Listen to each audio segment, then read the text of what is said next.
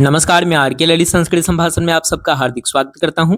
आज के इस भाग में हम सीखेंगे कि गंगा नदी और भारतवर्षम पर संस्कृत में अनुच्छेद कैसे लिखें। तो आइए प्रारंभ करते हैं। गंगा नदी पर अनुच्छेद।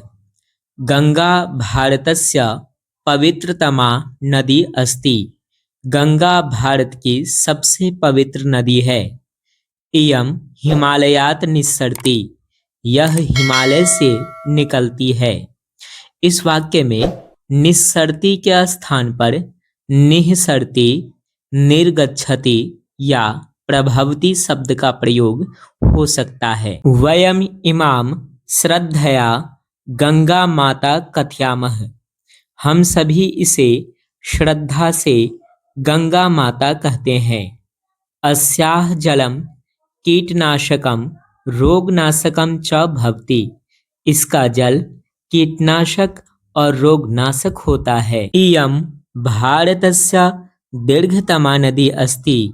यह भारत की सबसे बड़ी नदी है। इयं भारत भूमिं सिंचति। यह भारत भूमि को सींचती है। अस्मभ्यं इयं नदी पूज्या। हम सब के लिए यह नदी पूजनीय है। इस अनुच्छेद में जहाँ जहाँ अस्ति का प्रयोग किया गया है वहाँ वहाँ वर्तते या विद्यते का भी प्रयोग हो सकता है। भारतवर्षम पर अनुच्छेद। भारतवर्षम एकः महान देशः अस्ति। भारतवर्ष एक महान देश है। अयम जगत गौरवम अस्ति। यह जगत का गौरव है।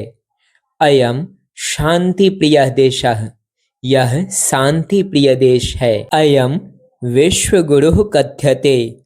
यह विश्व गुरु कहलाता है। अस्य राजधानी नवदिल्ली अस्ति। इसकी राजधानी नई दिल्ली है। अयम देशः अति रमणीयः। यह देश बहुत सुंदर है। अस्मिन् संसारे इत्थं कोऽपि देशः नास्ति।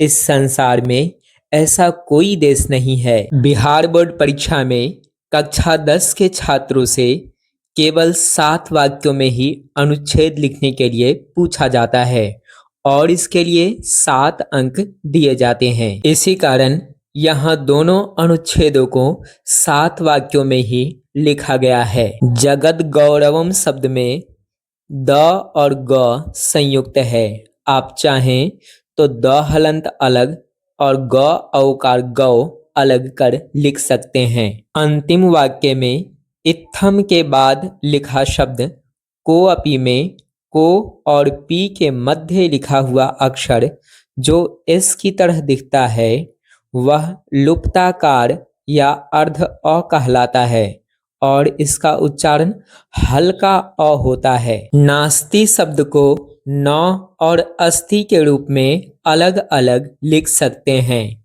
आज के लिए इतना ही। आप अपनी समस्याओं को कमेंट में जरूर लिखें। शेष अगले भाग में सीखेंगे। तब तक के लिए आर के ललित को दीजिए अनुमति। नमस्कार।